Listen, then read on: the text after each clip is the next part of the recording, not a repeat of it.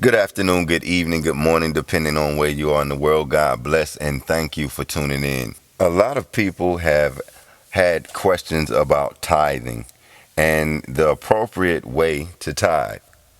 Tithing was created at the root for a function, and it is heavenly principle that this is based on. This is not a religious thing. This is a heavenly principle. It's very spiritual in essence, but it actually alters your reality. Now, give and it will be given to you. A good measure, pressed down, shaken together, and running over, will be poured into your lap. For with the measure you use, it will be measured to you. So let's look at it from a different perspective. Let's say you gave 10% to the church. And after you leave church, you go to the gas station and it's a gentleman out there needing help to catch the bus. Now you have the money to help him, but you won't. You tell him that you're going to pray for him, and you don't help him because you thought by giving your 10% to the church, that's adequate. That alone is not the proper spirit.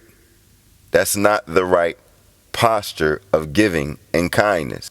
If what I'm saying feels like I'm in your neighborhood, I'm about to pull up. I'm coming down your block. Now, let's say the same thing happens to someone who hasn't gone to church, but they have just enough on them to help this gentleman.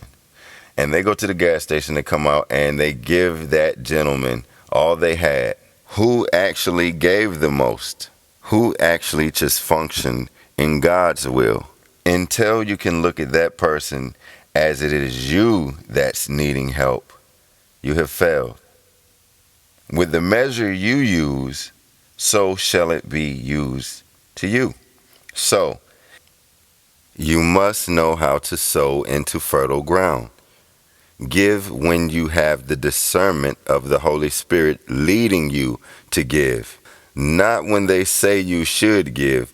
Give when the discernment of the Holy Spirit leads you to give. If you want to start a business, why don't you support somebody's business? If you want to start a ministry, why don't you support somebody's ministry? If you want to feed the hungry, feed the hungry. So there are things that we can do that's outside of just 10% in the church.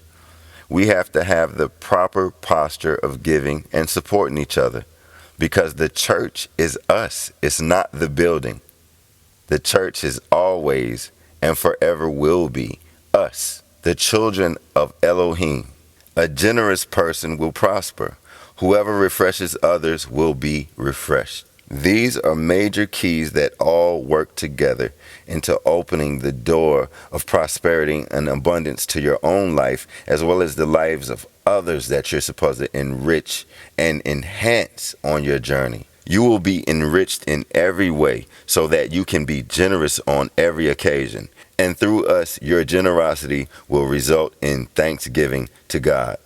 Shalom.